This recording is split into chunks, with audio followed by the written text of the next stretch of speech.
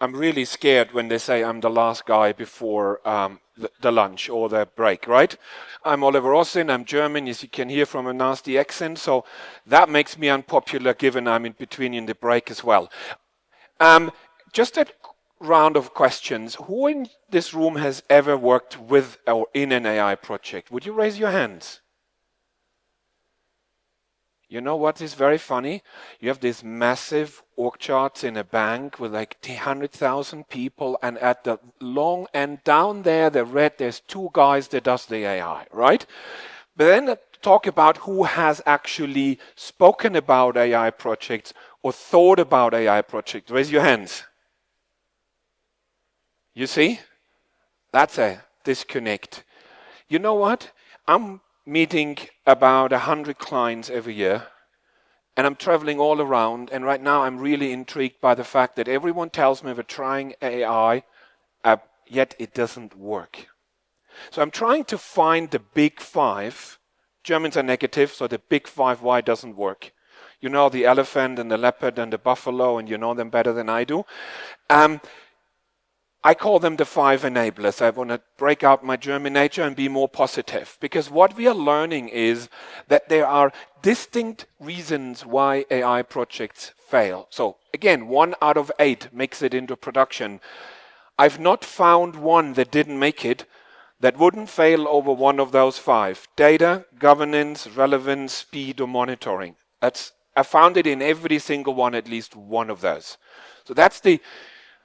If you think about all the wonderful grapes from the Cape, this is the grappa or the wine or the Chardonnay or the Cabernet Sauvignon we built from all the inputs I get. Data.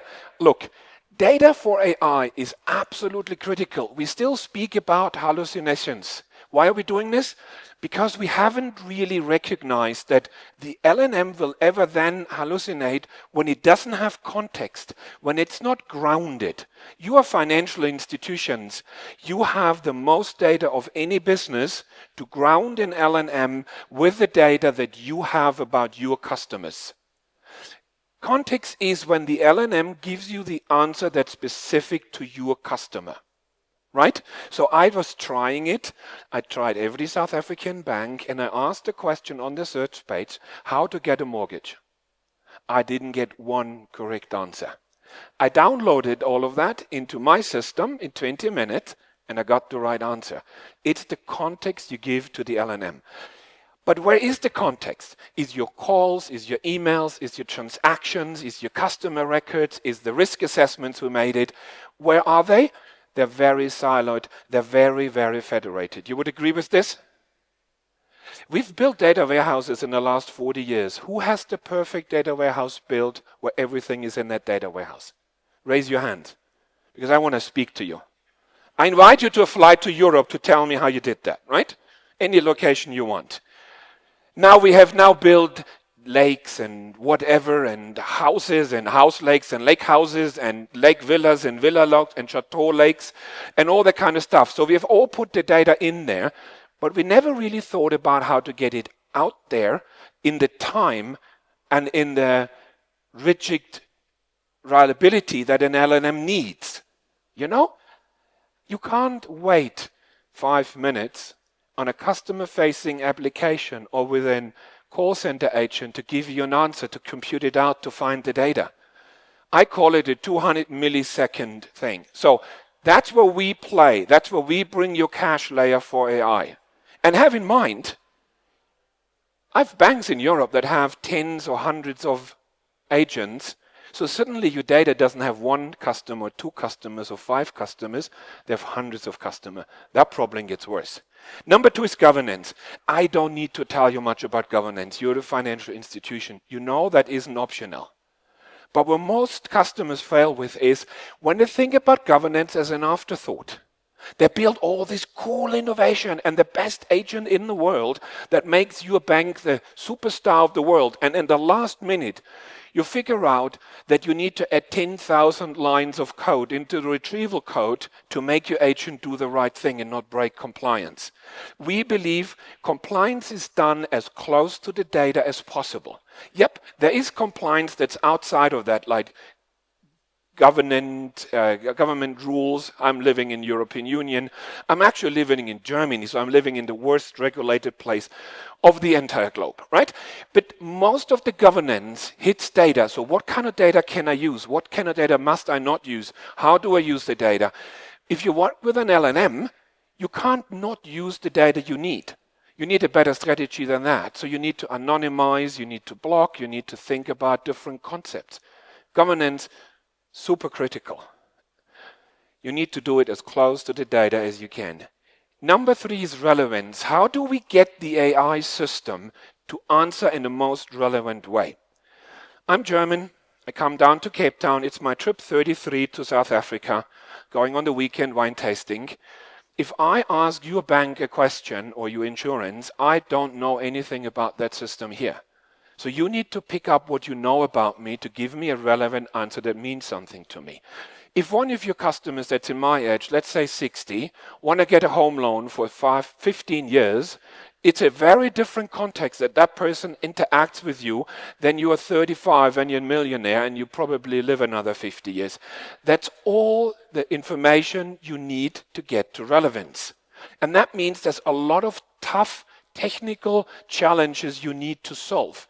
It's no longer your banking systems that make the biggest difference. It's all your unstructured data. It's the emails, it's the policies, it's the assessment of a real estate project. You know what I mean? It's all these kind of things that suddenly need to get your relevance. But then you want to make sure that you're proposing the solution that's more beneficial or most beneficial to you while it still serves the customer need.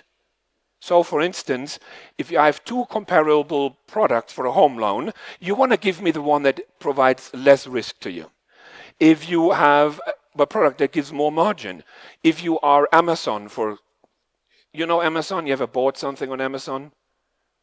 You know it exists, roughly, right? So when you ask Amazon, I need something like diapers for my kids, you get not the product that you prefer the most first. You get the product that is as close as possible to what you prefer, but give the highest margin for the vendor. Banks do the same way because you want to make money. There's nothing wrong in this. There's a lot of complicated technology that work in there. If you don't get that right, you get wrong answers. You get answers that are generally nice, but they're not very helpful in that context. So you're not wrong. Being not wrong doesn't mean you help the customer. Make sense? That's the third of the big 5. I call that the buffalo, by the way. All right, the next one is speed. Now, with all the stuff we do to make the answer the best, all the compute we put in to calculate what did the customer mean. You know what? When my mom asks her bank a question, she asked the question very differently than I do. So all that vector search and semantic stuff we need to do means there's a lot of compute going in. And then you need to have different data sources and you need to have the boosting and the relevance and all that kind of stuff. The enemy of that is the speed. And in the 200 millisecond problem that you have to respond, you need to find a way to keep up speed. That's why we cache a lot of the things. You ever ask me the question, how do I get a mortgage? Well, we know it's home loan. The next person asking, how do I get a home loan? How do I apply for a home loan? We will just cache that for you and give it to your agent. They don't have to go to an LLM. They just do that. Because the longer you take, the worse it becomes. You know, anyone ever used Gemini? Gemini's biggest innovation the last 2 years was what? They tell you, I'm analyzing your question. I'm defining the context. I'm searching for the data. Because people go off if you don't do it in the right way. So this is why we spend a lot of time giving you the speed that you need. So the context window, your LLM gets the answers in that speed you need. If you don't, they will just go off. What happens if you go to a search page and search for something and you wait for 5 seconds for the answer? You either click refresh or you go somewhere else, right? If you have an agent in your call center that needs to help a customer on the phone, You can't say I need to wait 5 minutes before my banking system gives me the answer. That's an unacceptable response. Speed is one of the most critical things. But then, last but not least, monitoring. We have spent decades in optimizing branches, call centers, human interactions. All the human-run systems are monitoring to the dot. You know, how many calls, how many wait times, how many do we drop, how do we accept, which call center has how many. Who has ever monitored an AI system? We need to monitor an AI system even closer than we monitor a human system, because the AI system wouldn't call you. It wouldn't tell you I need more tokens than I should. It would do any of that. It wouldn't tell you that it's degrading slowly. It wouldn't tell you the customer's unhappy with the answers. If you don't monitor, you'll tank. That's the fifth of the big five. So this is what we do, and we do it about all of our disciplines. If you know Elastic, we do a lot of observability and security. That's why we know how it works. Thank you very much, and you can see us outside. And I have 3 seconds left. German precision. Thank you.